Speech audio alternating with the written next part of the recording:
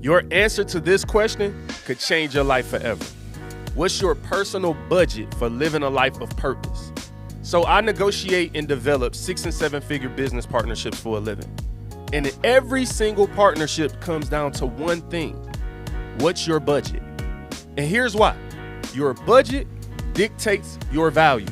So if I come to you with a $300,000 partnership opportunity and you only value it at $50,000, there's a huge gap and it's never gonna happen, right? And here's what happens in our lives, right? You got people who live in a fantasy, but they calling it a dream. You got people who are living a dream, but they're calling it purpose. And those are not the same things and they don't require the same budget. Some of us go to our dream with a fantasy budget. Some of us go to our purpose with a dream budget. And let me make it make sense for you. A fantasy, that's something that you want to do. In your mind, you like, ooh, I want to do that. But you're not willing to do the work to get it. It's not in your budget. You don't value it as something that's worth the work to obtain it, right? Nah, here's the difference. Here's a dream. A dream is dope. This is something that you want, and you're also willing to work for it. So I want that. I have the budget for it, but it's missing a major component. That's not what you were created to do.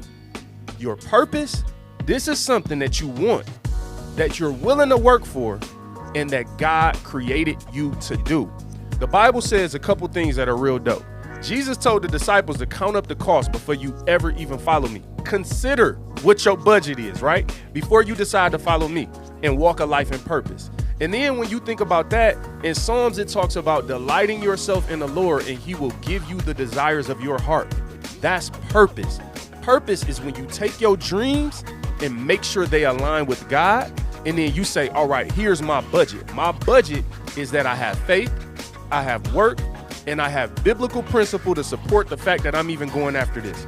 Think about Noah and the ark. God called him to the ark. So not only was he capable to follow the plan to do it and he was willing to do it, it was in his budget, but it was also in God's plan. So what's your budget? Does your budget equal out with God's budget? Can you go through the little chart and be like, yeah, we good because I'm doing what God called me to do? Or are you finding yourself in a situation like, I don't know why this ain't making me feel like I'm in purpose because it's a dream, but sometimes our dreams lead us away from God. And then I'm gonna just be real with you. If you fantasizing, you can't even get the dream level. You like, bro, I always wanted to make it to the NBA, but I never practiced. If you want to make it to the NBA, you got to at least practice hooping. You know what I'm saying? That's the first part. So if you in the fantasy mode, then we got a lot of work to do. And you need to listen to my podcast, Inspire God's People. It airs every week on Wednesdays. New episodes drop on Apple Podcasts. And check me out at inspiregodspeople.com.